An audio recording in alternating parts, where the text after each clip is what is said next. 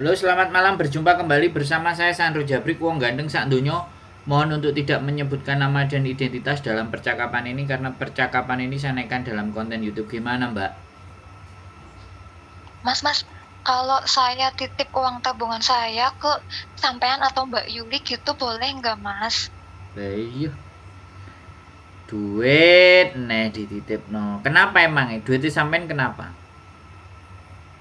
Duitnya nggak banyak, jadi gini ceritanya. Dulu kan saya masuk ke rumah sakit, Hmm, terus intinya masuk ke social welfare itu. betul. Terus habis itu kan rekening saya dicek, ada ada dua, BNI sama BRI. Hmm, Yang BRI itu ada print-printan 25 juta sekian di hmm, tahun 2019. Padahal uang itu tuh udah diambil, udah dikirim ke Indo untuk bayar tanah, udah hmm, nggak ada duitnya. Setelah itu diambil, saya nggak pernah nabung lagi. Terus pihak tuh nyuruh saya ngeprint. Lah, sorry, tadi yang BCA yang 25 juta. Saya ke BCA di Kos WB. Nyampe sana, Mbak yang di banknya itu bilang, kalau kamu mau ngeprint harus nabung $2.000. Nah, saat itu kan saya nggak punya uang $2.000. Lagian itu udah dari 2019 itu terakhir saya nabung, udah nggak ada uangnya. Nah, nggak bisa ngeprint toh, saya laporin apa adanya. Terus tapi di apa namanya, di bukunya itu udah ada tulisan 25 juta. Cuma kan yang dibutuhin kan 3 bulan terakhir loh, Mas. hmm. Padahal yang 3 bulan terakhir saya mau ngeprint nggak bisa, saya harus nabung 2.000 sama pihak BCA-nya. Ya udah, karena nggak ada uang saya nggak bisa ngeprint, saya ngomong pas diwawancara apa adanya, ditulislah seperti itu. Hmm. Sudah, ternyata bulan depannya tagihannya yang tadinya 51.000 jadi 25.000. Saya mikirnya apa dikira uang saya tuh 25 juta masih ada sehingga di sini saya disuruh bayar 25.000. Saya nggak bayar. Terus naik sampai 29.000, Mas. Terus besok saya mau ke social welfare lagi. Saya sekarang ada tabungan lagi, tapi di apa namanya, your pay sedikit sih 15.700.000. Lah kalau itu dicek itu kan namanya rekening elektronik. Kalau tuh dicek ada uang lagi, nanti saya suruh bayar lagi, Mas. Padahal kan itu rupiah, kalau didolarin nggak seberapa lah, 10.000 aja nggak ada. Boleh nggak titipin ke Mbak Yuli atau penjenengan? Kalau ke teman saya takut loh, takutnya dipakai. Kalau ke ibu saya nggak punya rekening. Saya ngasih duit ibu saya aja lewat tetangga. Anak saya masih kecil. Suami proses cerai. Sebentar, sebentar, sebentar. Pelan, pelan, pelan, pelan. Sik tak pahami dulu kalimatnya sampean. Sekarang bukan masalah dipinjem, dititipin boleh apa tidak. Soalnya kami juga berdua itu tidak bisa menerima duit yang atas nama rekening kami, ya kan. Jadi makanya bukan bukan kita nggak mau, karena kita juga dalam kontrol dan cek. Karena saya juga operasi itu mereka ngamati ini sampai 1 tahun, Mbak, gitu loh. Nah, jadi gini, Oh, dengerin saya ngomong. Yang minta bukti itu kan social welfare toh, bener nggak? heeh. Oke. Kalau yang minta bukti social welfare sampean sama majikan, saya tanya, dikasih gajinya itu sampean harus ada tanda tangan apa enggak? Ada Atau sampean ditransfer sama majikan? tanda tangan kertas. Ada tapi ya. Ada. Ada ya, ada. Dari Hmm, bulan berapa sampai berapa ada kan? ada. Nah, itu yang sampean tunjukkan ke mereka. Duit saya ini yang dikasih majikan ini, yang mengalir ke rekening saya Indonesia itu juga ini hasilnya semuanya. Ya, you know lah, kamu tuh tahu gitu loh, bahwa uangku, aku kerja di sini tuh uangku dari situ lah. Sekarang saya tanya, sumber dananya sampean selain dari gaji majikan ada dari tempat lain nggak? Saya tanya itu dulu. Nggak, Nggak nggak ada. ada. Halo? Nggak ada. Nggak ada ya sudah, sampean tinggal jelaskan saja. Duit saya ini dari ini loh gaji. Kalau gajinya sampai 48 sekian, kalau gajinya sampai lebih, itu kan berarti majikan ngasih gitu aja. Ngomong aja. Dan seharusnya Gajiku lima. Maaf, Dengerin Pak, saya tak ngomong potong. dulu sebentar, aku tak ngomong dulu. Atau sampean mau ngomong terus, aku sing dengerin, piye? Gajiku 5.500. Nggak Ya. ada masalah, ya. Nggak ada masalah, masih sampean gajinya 5.500 nggak ada masalah. Toh pun sebenarnya sakitnya sampean itu tanggungannya majikan kecuali asuransinya itu tidak mengcover penyakit yang sampean alami. Bisa dipahami maksud saya? Tak jawab ya Mas. Saya sakit di bulan 4 saat tunggu visa. Belum ngambil visa. Kalau belum ngambil visa, terus majikan yang lama sudah habis. Katakan, saya keluar dari majikan tanggal 4 bulan 4 finish. Terus saya di booking tidur, tunggu visa turun. Tanggal 10, agent bilang visanya turun. Tanggal 11-nya saya masuk rumah sakit, jadi belum bisa ke imigrasi ngambil. Tanggal 30-nya saya keluar dari rumah sakit ngambil visa. intinya sampean sakit di antara visa itu belum turun. Boleh saya bilang Tapi begitu? ini saya tanya balik Mas. Jadi tanggal 10 ada surat ke agent, saya turun visa. Tapi tanggal 11-nya saya masuk rumah sakit, jadi saya belum bisa jalan ke Wancai ngambil. Setelah keluar dari rumah sakit di tanggal 3 baru bisa ngambil visa. Itu namanya saya sakit dalam keadaan punya visa atau enggak, Mas?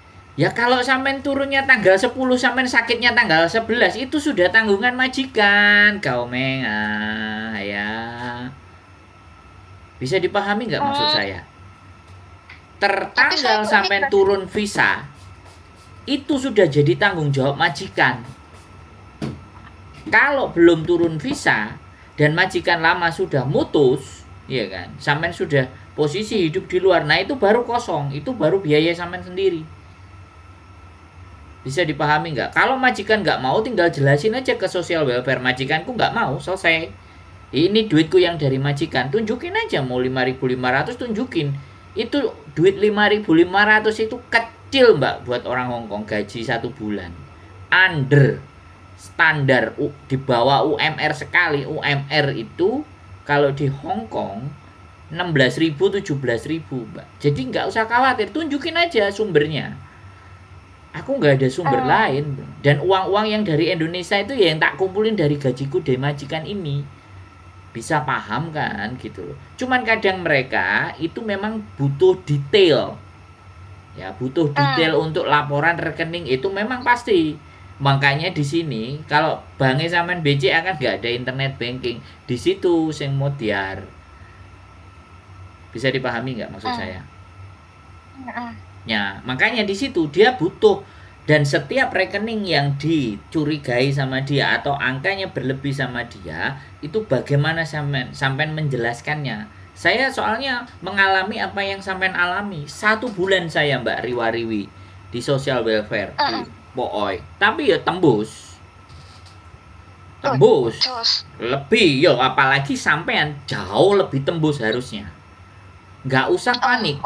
Sampean nggak usah panik. Sekali lagi, sampean nggak usah gupo. Gak apa-apa, uang itu tetap aja taruh aja di situ. Uang sumbernya jelas kok. Sumbernya jelas dari gaji majikan. Nah, mereka harus sampean kasih tahu. Makanya kan hitungan mereka kan 487. 4,870 standarnya. Tapi kan sampean menerima 555 toh. Makanya kan kalau dihitung 487 dihitung sekian bulan, harusnya duitnya anak ini nggak segini gitu loh. Memang paham nggak? Ini teliti banget dia, serius. Aku sama bojoku sampai adem panas, stres ngurusi social welfare ini ya kan. Tapi tembus, tetap tembus mbak.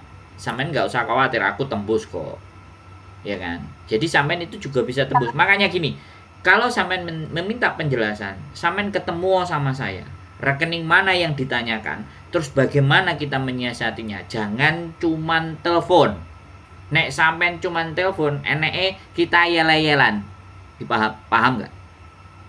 Masalahnya nenek saya tuh udah meninggal yang di majikan baru ini. Terus saya kan masuk agent tuh, udah dapat majikan. Ini agentnya besok mau bawa. Terus saya jujur lah apa adanya, ininya belum clear, ada tanggungan gitu.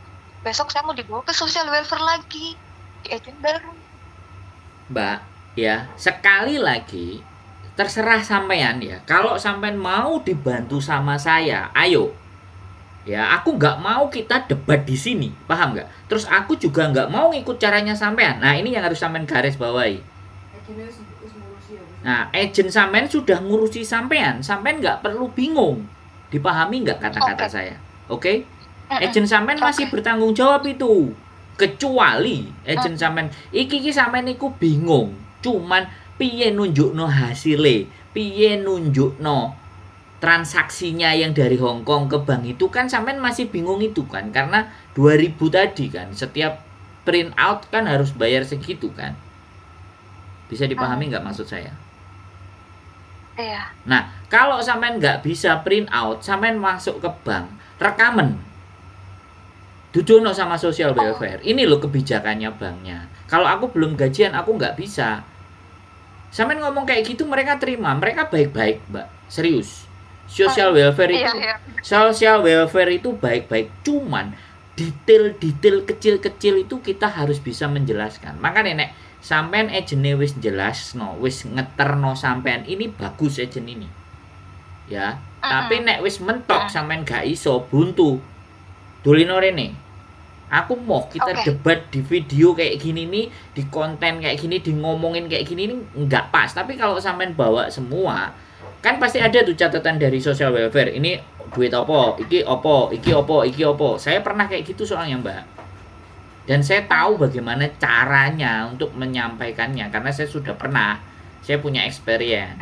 Soalnya experience ini saya pernah tanya sama orang yang sudah sering ngurusi bahkan meninggal, ditanyain ilmunya dia nggak mau ngasih tahu saya.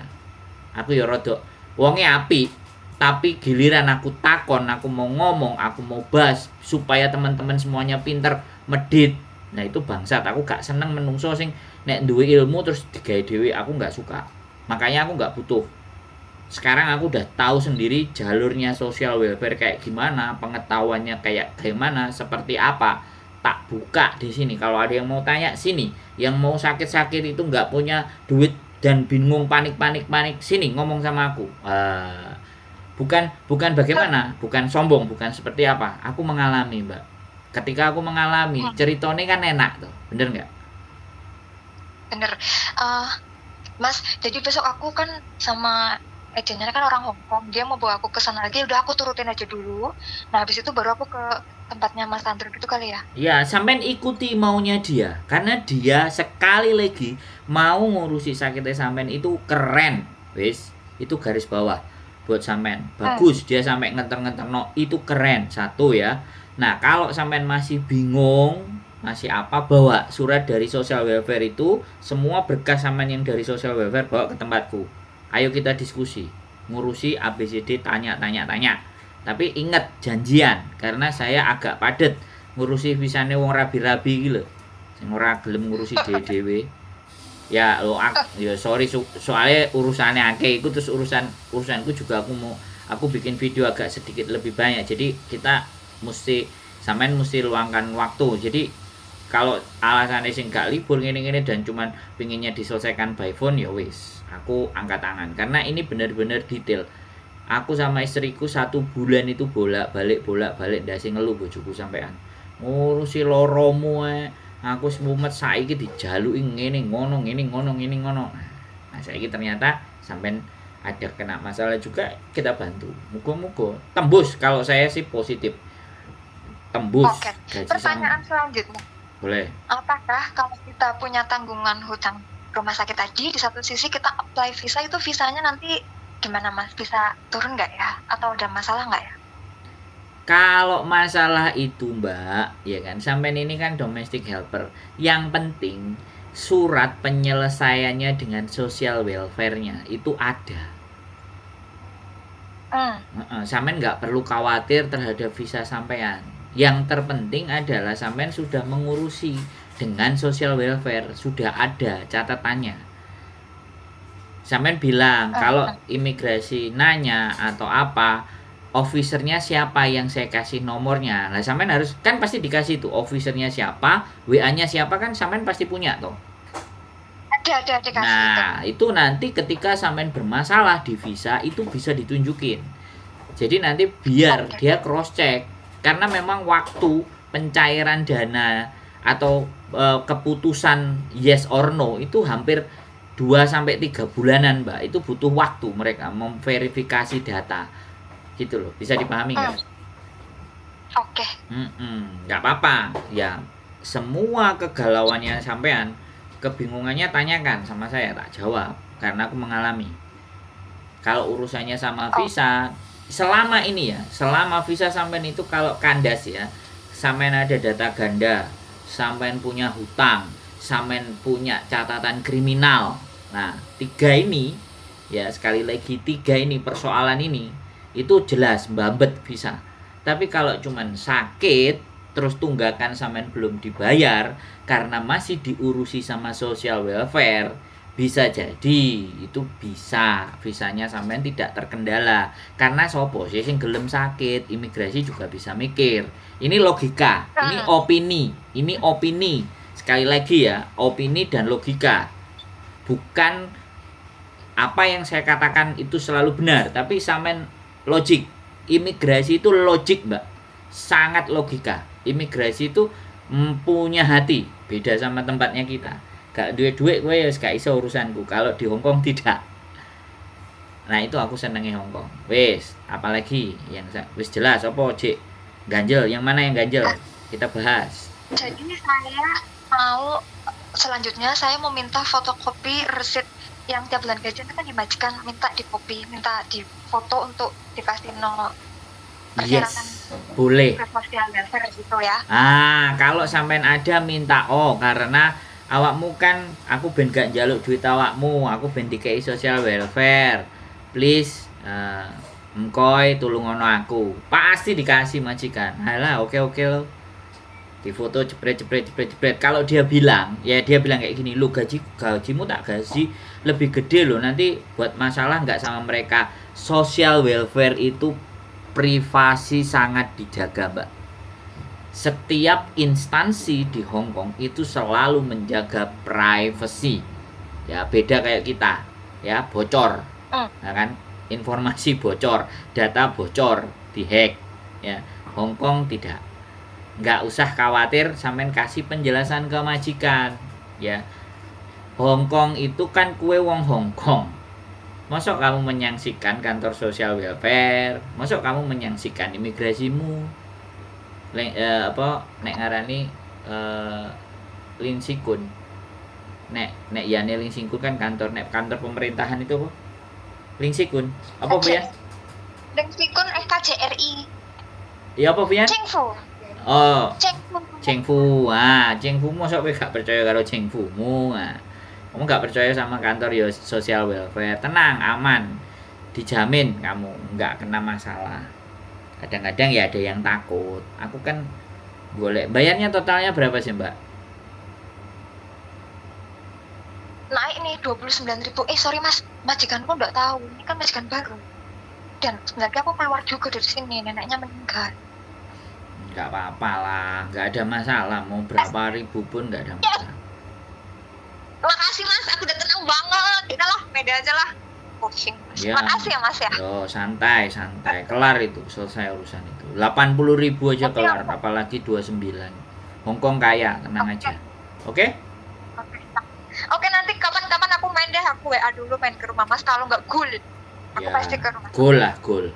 Gak sampai sampean mumet dah sing gul guyang-guyu. Aku tukokno gedang goreng apa tape goreng. Betul lah, kayak baik duduk Mas, enak. Ya, wis terserah. Oke, gitu aja ya. Cukup? Thank you ya Mas. Yo. Cukup lah. Yo. Assalamualaikum. Waalaikumsalam warahmatullahi wabarakatuh. Oke teman-teman semuanya lo ya, sampai enek wong arep titip duit lo ya kan, ini kan kepercayaan guys. Saya bukannya terus dititip duit seneng ngange-ngange, tidak, beban teman-teman. Sekali lagi, ketika orang itu mempercayai kita, itu beban itu ya, tanggung jawab. Gusti Allah membuat kita bisa dipercaya sama orang itu sesuatu yang apa ya, bukan keistimewaan, bukan kewahan, bukan apapun, tapi justru itu ada beban moral kita untuk berusaha terus, nggak ngapusi, nggak bohong, dan terus amanah. Berat sanggane ya. Oke, kalau kalian nggak sanggup ya memegang kepercayaan itu, biarlah saya yang belajar memegang kepercayaan yang kalian berikan. Keep stay tune my YouTube channel. See you next video. Bye bye.